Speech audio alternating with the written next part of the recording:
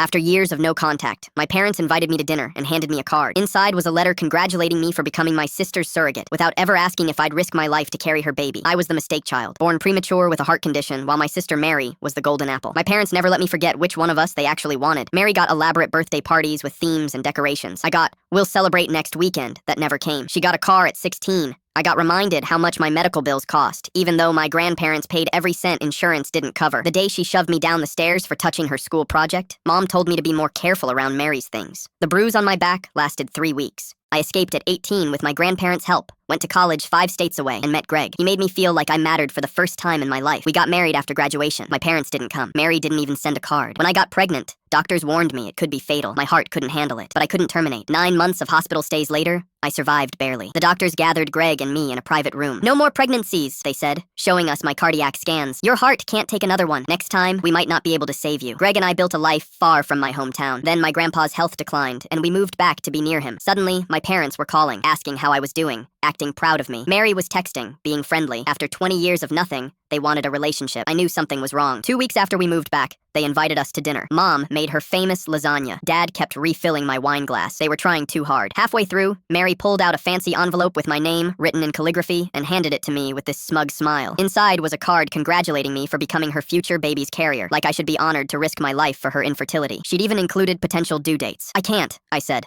my hands shaking. "My doctor said another pregnancy could kill me." My heart. Mary burst into tears before I could finish. Dad slammed his fist on the table. "After everything we've done for you, this is how you repay us?" Mom's voice was ice cold. "Mary can't have children. You can. It's that simple. You owe this family." "I almost died having my son," I said. "But you didn't," Dad shot back. "So clearly you can handle it." Greg stood up, grabbed my hand. "We're leaving. This is insane." Mary screamed after us, "You're killing my only chance at being a mother!" The drive home was silent. I couldn't stop shaking. Days passed, then weeks. No apology, just radio silence. Then Mom texted, "We need to talk." "No, I'm sorry." No acknowledgement of what happened, just a demand. When I met her at the coffee shop, she didn't apologize. She didn't ask about my health. She said Mary was devastated, and I needed to reconsider. "The doctors said it could kill me," I repeated slowly, like talking to a child. "You're being selfish," she said, not even blinking. "Mary needs you. Family helps family." Where was family when I was growing up? The words came out before I could stop them. She stood up. "You always were ungrateful." I walked out. Then my grandmother called, voice shaking. "Your parents are talking to a lawyer. They're saying they'll take legal action to force you to be Mary's surrogate. Something about medical rights, last resort options. I don't know exactly, but they're serious." My blood went cold. I contacted a lawyer that same day. She assured me they had no case, that you can't force someone to be a surrogate, especially with my medical history. But she agreed to represent us if they tried. "Document everything," she said. "Every text, every call." Weeks of silence. Then one final text from Mom. "We're disappointed in you. You've let the family down." I stared at it for a long time. Then I realized something. I hadn't let them down. They'd been letting me down my entire life. I was just done pretending it didn't matter. I blocked their numbers. All of them.